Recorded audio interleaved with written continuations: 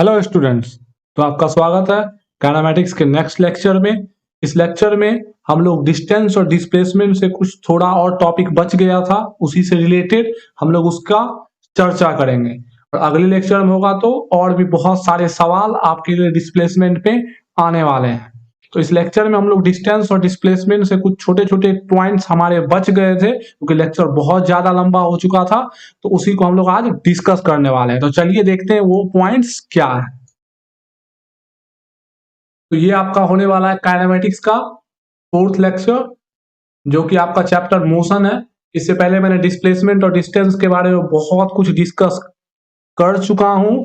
Please और please अगर आपने नहीं देखा है तो वो जाके देखिए, तब जाके ये पॉइंट्स आपको बहुत अच्छे से क्लियर होने वाले हैं। आज हम लोग देखने वाले हैं कि डिस्टेंस और डिस्प्लेसमेंट में क्या रिलेशन है। आज हम लोग देखने वाले हैं कि द रिलेशन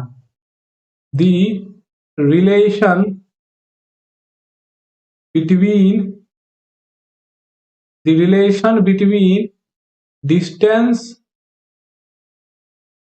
एंड डिस्प्लेसमेंट। मतलब आपका डिस्टेंस और डिस्प्लेसमेंट में क्या रिलेशन है, ये चीज हम लोग आज देखने वाले हैं। क्योंकि आप थोड़े से स्कूल की भी तैयारी कर रहे हो और स्कूल में भी हो, तो आपको ये सब चीज थोड़ा पता होना चाहिए। तो चलिए हम लोग एक एक करके डिस्टेंस और डिस्प्लेसमेंट में डिफरेंस देख लेते हैं, वहीं से पता चल जाएगा कि दोनों में क्या रिलेशन है। तो एक साइड हम लोग डिस्टेंस को लिख लेते हैं और दूसरी साइड हम लोग डिस्प्लेसमेंट को लिख लेते हैं, और दोनों को हम लोग एक एक करके एक एक पॉइंट को स्टडी करके समझने वाले हैं। डिस्प्लेसमेंट, ठीक है। तो चलिए हम लोग एक एक करके एक बार दोनों को डिफरेंशिएट करके एक जगह पढ़ लेते हैं, ताकि कॉन्सेप्ट और क्रिस्टल क्लियर हो जाए। अब बताइए, अगर हम डिस्टेंस के बारे में बोले तो ये क्या है, आप जानते हो, the total length of the path covered. The total length of the path covered by an object. एक ऑब्जेक्ट के द्वारा जो total length of the path covered होता है, उसी को हम लोग क्या कहते हैं, डिस्टेंस कहते हैं। अब ये चीज मैंने समझाया। और डिस्प्लेसमेंट क्या है, the shortest path, the shortest path covered by object in its journey. उसके अपने जर्नी में जो सबसे छोटा पाथ होगा इन इट्स जर्नी, जो कि आपको पता है कैसा पाथ होगा, स्ट्रेट पाथ,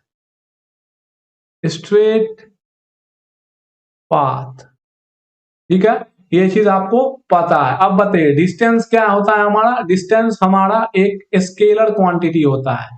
ये क्या क्या होता है, हमारा एक स्केलर क्वांटिटी होता है। स्केलर क्वांटिटी मतलब क्या, जिसके पास सिर्फ मैग्नीट्यूड हो। और आपको बेहतरीन ढंग से समझना है तो आप मेरा वेक्टर का लेक्चर देख सकते हैं। और ये क्या होता है, हमारा एक वेक्टर क्वांटिटी होता है। वेक्टर क्वांटिटी मतलब क्या, इसके पास मैग्नीट्यूड भी है और इसके पास डायरेक्शन भी है। अगर दोनों में से एक भी बदलेगा तो ये आपका क्या होगा, बदल जाएगा। अब देखिए डिस्टेंस के बारे में थोड़ा सा और समझने की कोशिश करते हैं। अब बताइए, डिस्टेंस जो है आपका, it will always be positive. It will always be positive. It will always be positive. ये हमेशा क्या होगा, आपका पॉजिटिव भी ही होगा। ये कभी भी आपका निगेटिव नहीं होगा, ये हमेशा पॉजिटिव होगा। यानी क्या, जीरो भी हो सकता है। अगर आप अपने जगह से चले ही नहीं तो डिस्टेंस कितना, जीरो। जीरो भी एक पॉजिटिव नंबर है। जीरो भी हो सकता है और जितना भी है पॉजिटिव रिजल्ट होगा, ये कभी भी निगेटिव नहीं होगा। अब इस चीज को देखिए, मान लेते हैं कि आपने यहां से चलना स्टार्ट किया। अब बताइए, अगर आप यहां से थोड़ा सा भी किधर भी चलोगे, आपने कुछ दूरी तो तय की ना। इधर भी थोड़ा सा भी अगर आप चले हो, मुड़ के कुछ भी आ रहे हो, थोड़ा सा भी अगर आप चल रहे हो, आपने कुछ दूरी तय की है। तो जब आपने कुछ लेंथ को कवर किया है तो लेंथ हमेशा मैग्नीट्यूड बाय पॉजिटिव ही होता है। You have covered some length, आपने कुछ ना कुछ लेंथ तो कवर किया है तो ये हमेशा पॉजिटिव ही होगा। जीरो हो सकता है, आपने अपने पॉइंट से अपने जगह से आप हिले ही नहीं तो क्या हुआ, आपका डिस्टेंस ट्रेवल जीरो हो गया। अब देखिए ये जो है आपका इट में बी, ये निगेटिव भी हो सकता है, जीरो भी हो सकता है और पॉजिटिव भी हो सकता है, तीनों में से कुछ भी हो सकता है। मतलब क्या कहने का सेंस है कि आप इस पॉइंट से निकले, आप नहीं चले तो डिस्प्लेसमेंट कितना, जीरो। आप नहीं चले तो डिस्प्लेसमेंट कितना, जीरो। आप अगर चले तो यहाँ पे डिस्प्लेसमेंट मान लेते हैं पॉजिटिव और फिर आप वापस आ रहे हैं, यहाँ के लिए डिस्प्लेसमेंट आपका क्या है, निगेटिव। तो ओवरऑल आपने कितना डिस्प्लेसमेंट किया, ओवरऑल आपने इनिशियल पोजीशन ये है, फाइनल पोजीशन ये है, तो ओवरऑल आपने इतना ही डिस्प्लेसमेंट किया है, इतना ही डिस्प्लेसमेंट किया है। तो ये पॉजिटिव भी हो सकता है, निगेटिव भी हो सकता है। और हम लोग समझेंगे डिस्प्लेसमेंट के बारे में भी, तो बहुत समझना यार, सवालों से तो पूरा एकदम धरकस्सा उड़ा देने वाले हैं डिस्प्लेसमेंट का हम लोग। तो डिस्प्लेसमेंट पॉजिटिव भी हो सकता है, निगेटिव भी हो सकता है और जीरो भी हो सकता है। अब एक चीज बताइए, जीरो कहने का क्या मतलब है, if you do not move, क्या बताइए ये बात बोलना सही है, बताइए देखो, ये बात बोलना सही नहीं है पूरी तरीके से। जरूरी नहीं है कि आप मूव नहीं किए हैं तो अरे मूव नहीं करिएगा तो जीरो होगा ही, तो ई केस डिस्टेंस वाला भी हो जाता है। डिस्प्लेसमेंट के बारे में यहाँ एक खास बात है, वो खास बात क्या है कि आपका डिस्प्लेसमेंट तब भी जीरो होगा if your initial initial and final position. Initial देख रहे हैं हम बार बार डिस्प्लेसमेंट में मतलब इनिशियल और फाइनल की बातें कर रहे हैं, रास्ता का कोई बात ही नहीं कर रहे हैं, क्योंकि डिस्प्लेसमेंट हमेशा स्ट्रेट लाइन के अलॉन्ग ही कवर किया जाता है, तो उसका एक फिक्स पाथ ही है जो कि है स्ट्रेट लाइन। ये सब चीज मैंने पहले समझाया है। इफ योर अरे योर होगा यार, if your initial and final position coincide, अगर आपका इनिशियल और फाइनल पोजीशन कोइंसाइड कर जाता है तब आपका डिस्प्लेसमेंट क्या होगा, जीरो। जैसा कि मान लीजिए कि आपने यहां से चलना स्टार्ट किया, आप गए आगे या वापस आके फिर यहाँ आ गए, वापस आके फिर यहाँ आ गए, आपने ऐसे ट्रेवल किया फिर वापस आ गए, तो बताइए आपका initial position and final position क्या हुआ, कोइंसाइड कर गया, मतलब एक ही जगह आ गया, तो डिस्प्लेसमेंट क्या हो गया आपका, जीरो हो गया। क्योंकि जितना प्लस हुआ उतना ही क्या हो गया, माइनस, तो दोनों एक दूसरे को क्या कर दिया, कैंसल कर दिया। तो आपका डिस्प्लेसमेंट तब जीरो होगा जब आपका इनिशियल और फाइनल पोजीशन क्या कर जाएगा, कोइंसाइड कर जाएगा। यानी कि आपने जहां से शुरू किया था जर्नी, अगर आप घूम फिर के वहीं आ जाते हैं तो डिस्प्लेसमेंट क्या होगा, जीरो होगा। अगर आपने जहां से जर्नी शुरू किया था और वापस वहीं पे आ जाते हैं तो आपका डिस्प्लेसमेंट क्या होगा, जीरो होगा। जैसे कि एज फॉर एग्जांपल इसको आप ऐसे समझ सकते हो, ये वाली बात को आप ऐसे एज फॉर एग्जांपल समझ सकते हो कि a complete revolution in the circle, a complete revolution in the circle is zero displacement, zero displacement। अगर आप कंप्लीट रिवॉल्यूशन एक सर्कल में करते हैं तो वो क्या होगा, जीरो। देखिए आपने यहां से शुरू किया, मान लेते हैं ऐसे घुमा घुमा घुमा घुमा, वापस कहाँ आ गए, यहीं आ गए। अगर आपका कंप्लीट रिवॉल्यूशन हुआ है एक सर्कल के अलॉन्ग, तो बताइए आपका डिस्प्लेसमेंट क्या होगा, आप यहीं से निकले थे और वापस यहीं पहुंच गए, आपका ए पॉइंट और बी पॉइंट दोनों क्या है, सेम है। तो इस केस में आपका डिस्प्लेसमेंट क्या होने वाला है, जीरो होने वाला है। चाहे आपका पाथ सर्कल हो, चाहे आपका पाथ कुछ भी हो, इसको हम लोग एक चीज जनरलाइज कर सकते हैं। क्या मैंने बोला, इस चीज को समझिए। मैंने बोला कि इफ यू, इसको जनरल भाई जरूरी थोड़ी है सिर्फ सर्कल में, if you move in closed loop, अगर आप कोई भी क्लोज्ड लूप में मूव करते हैं तो आपका डिस्प्लेसमेंट क्या होगा, जीरो होगा। अगर आप कोई भी क्लोज लूप में मूव करते हैं, मान लेते हैं कि आप ऐसे ऐसे गए, यहाँ से जहां से निकले वहां वापस आ गए, यहाँ पे भी डिस्प्लेसमेंट क्या होगा, जीरो होगा। आप ऐसे गए ऐसे गए ऐसे गए ऐसे वापस आ गए, यहाँ पे भी डिस्प्लेसमेंट आपका क्या होगा, जीरो होगा। तो ये बात आपको ध्यान में रखनी है कि अगर आप कोई भी क्लोज लूप में मूव करते हो तो आपका डिस्प्लेसमेंट क्या होगा, जीरो होगा। इस चीज को आपको ध्यान में रखनी है बात। लेकिन बताइए, क्या अगर आप क्लोज लूप में मूव करते हो तो क्या आपका डिस्टेंस जीरो होगा? जी नहीं, आपका डिस्टेंस जीरो नहीं होगा, क्योंकि डिस्टेंस तो इस बात पे डिपेंड करता है आपने पाथ कितना कवर किया। जितना आप घूमिएगा उतना पाथ का लेंथ क्या होगा, बढ़ते जाएगा। अगर आप क्लोज लूप में मूव करते हो तो आपका डिस्टेंस जीरो नहीं होगा, डिस्टेंस समय के साथ इंक्रीज ही करता है। चलिए ये भी हम लोग पॉइंट लिख लेते हैं। तो डिस्प्लेसमेंट के बारे में क्लियर हुआ ना। डिस्प्लेसमेंट कब जीरो होगा? डिस्प्लेसमेंट तब जीरो होगा जब आप किसी भी एक क्लोज लूप में मूव करोगे तो आपका डिस्प्लेसमेंट हमेशा जीरो होगा। मतलब अगर आप एक क्लोज लूप को कंप्लीट करते हो तो हमेशा आपका डिस्प्लेसमेंट क्या होने वाला है, जीरो होने वाला है। अब चलिए डिस्टेंस और डिस्प्लेसमेंट से रिलेटेड और भी एक दो पॉइंट्स को हम लोग देख लेते हैं अगले स्लाइड में। चलिए एक बार बीच में आराम से और रेखा का बात कर देते हैं। और इधर हमारा हो रहा था डिस्टेंस और इधर हमारा चल रहा था डिस्टेंस और डिस्प्लेसमेंट में लड़ाई चल रहा है पूरा। कोई दिक्कत नहीं, लड़ाई हम लोग जितवाएंगे। किसको जितवाएंगे यार, दोनों को अपने अपने जगह जरूरी है। दोनों जीता, मैच टाई करवा दें। चलिए डिस्टेंस क्या होता है? Distance distance always increases with time. बताइए डिस्टेंस क्या होगा, हमेशा समय के साथ बढ़ेगा ही ना, कभी भी डिस्टेंस कम होगा? बताइए तो। अगर आप एक पॉइंट से चलना स्टार्ट किए, आपका मान लेते हैं समय यहाँ से स्टार्ट हो, आप कैसे भी चलिए, समय बढ़ रहा है डिस्टेंस बढ़ रहा है, समय बढ़ रहा है डिस्टेंस बढ़ रहा है, समय बढ़ रहा है डिस्टेंस बढ़ रहा है। आप कैसे भी चलिए, समय के साथ डिस्टेंस हमेशा क्या करेगा, इंक्रीज करेगा। ये पर डिस्प्लेसमेंट बताइए, पर आपका डिस्प्लेसमेंट डिस्प्लेसमेंट में डिक्रीज में डिक्रीज विथ टाइम। मतलब डिस्प्लेसमेंट आपका डिक्रीज भी कर सकता है। बताइए कब डिक्रीज करेगा? मान लेते हैं आप यहाँ से चलना स्टार्ट किए और आगे समय तो आगे जा रहा है, पर आपका देखिए डिस्प्लेसमेंट कम होते जा रहा है। डिस्प्लेसमेंट क्या होते जा रहा है, कम होते जा रहा है। तो डिस्प्लेसमेंट आपका समय के साथ क्या हो सकता है, डिक्रीज भी हो सकता है। ये बात आई होप आपको समझ में आ गई होगी।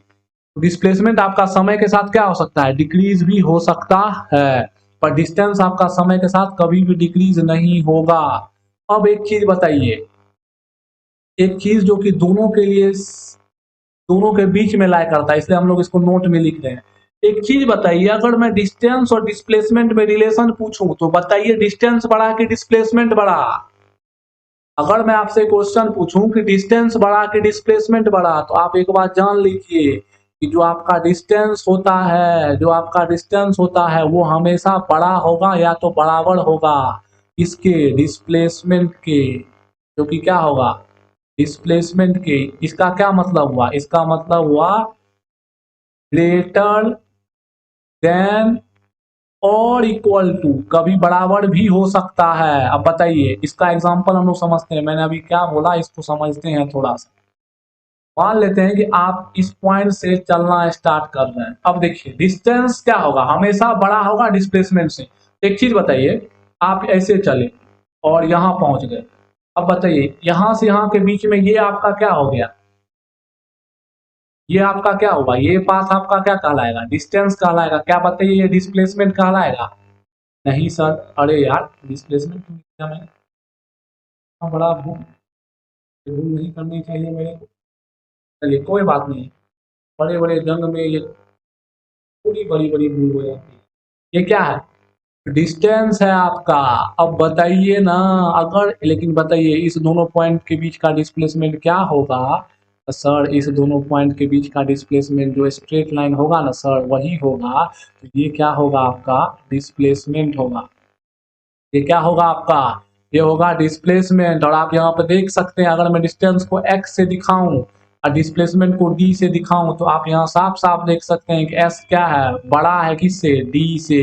तो इस केस में आपने देखा क्या, बड़ा है। अब एक चीज बताइए, मैं अगर आपसे एक सवाल पूछूं सिंपली कि एक पॉइंट a है और दूसरा पॉइंट b है, और एक आदमी एकदम जो है, एक आदमी बोला हम नहीं जाएंगे झूठों का उतना मेहनत करने, हम एकदम सीधा सीधी जाएंगे। एक आदमी ऐसे चला, तो बताइए यही आपका इस बार क्या है, डिस्टेंस भी है और यही आपका क्या है इस बार, डिस्प्लेसमेंट भी है।